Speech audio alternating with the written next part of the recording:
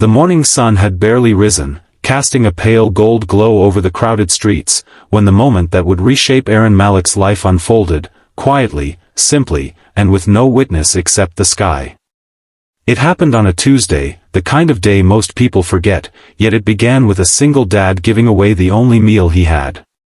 Aron was walking his daughter, Mira, to school when he saw the frail woman hunched beside the bakery, shivering beneath a torn shawl. He didn't know her name, didn't know her story, but something in her trembling hands and hollow eyes struck him like a blow to the chest.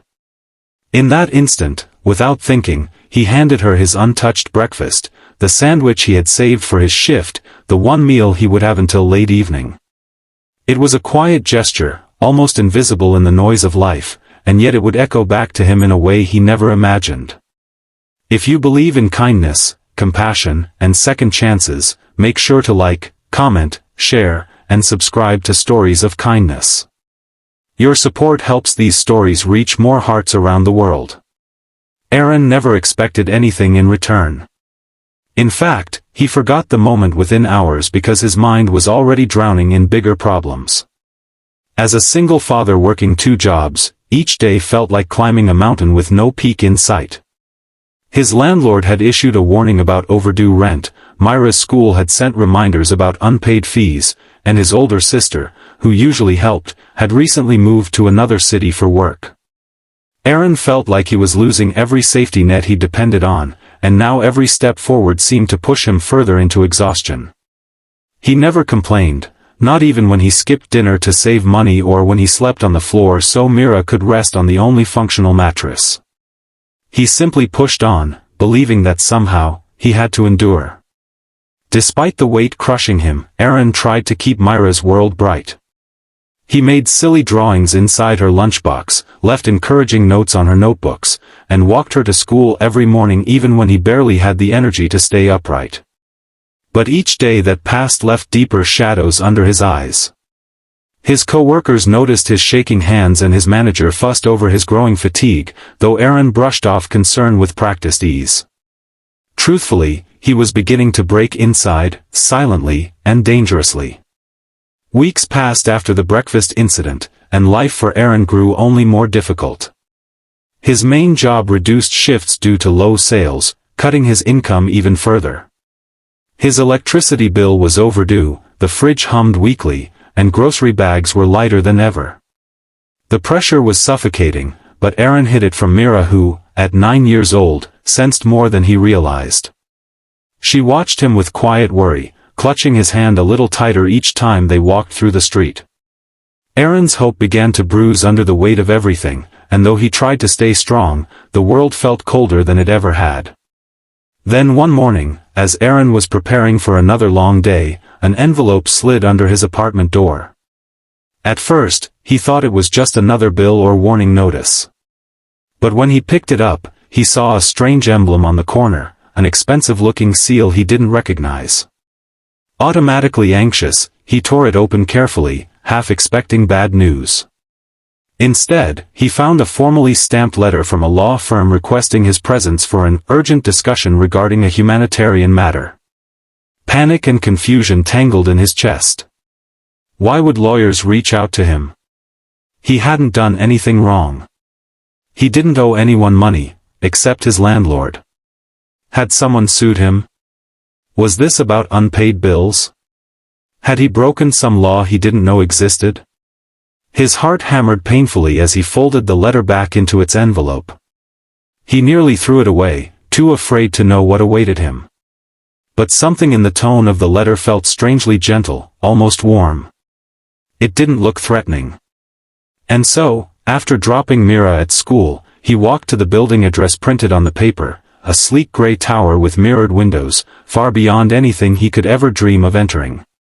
The lobby alone felt like another world, its marble floors gleaming under chandeliers that looked more expensive than his entire apartment.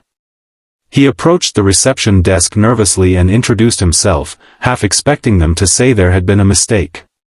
Instead, the receptionist immediately straightened, her expression lighting up with recognition, and guided him to a private meeting room.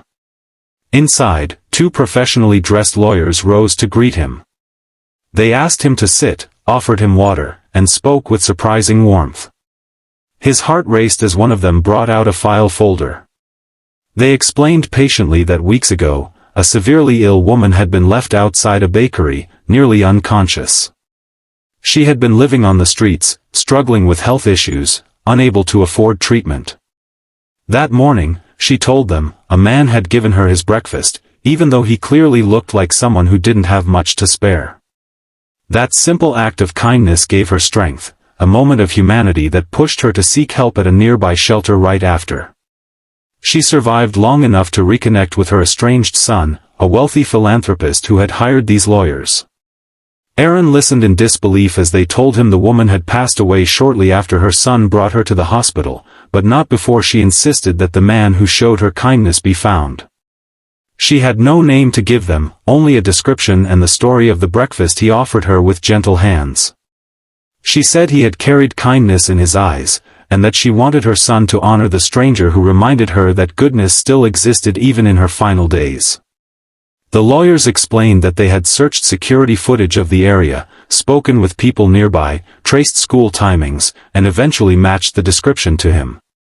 Aron couldn't hold back his tears. The memory of that woman came rushing back, the frail hands, the cold morning air, the trembling gratitude in her gaze. He had thought she was just another soul passing through a hard world. He had no idea his small action had become the final kindness of her life. Then came the part that shook him to his core. The lawyers slid a typed document across the table, a letter from the woman's son. In it, he expressed profound gratitude to Aron for giving his mother dignity in her last days. He explained that she had always believed kindness had a ripple effect and that even the smallest gestures mattered. In her honor, he wanted to change the life of the man who had shown such humanity. The lawyers then detailed the assistance being offered, full payment of Aron's debts, a trust fund for Myra's education, a monthly stipend for the next 3 years, and an employment opportunity at one of the son's companies, stable, well-paying, and flexible enough for a single parent. Aron almost collapsed from shock. It was too much, more than he had ever hoped for, more than he felt he deserved. For years, he had carried the weight of survival alone, believing that no one saw his struggle.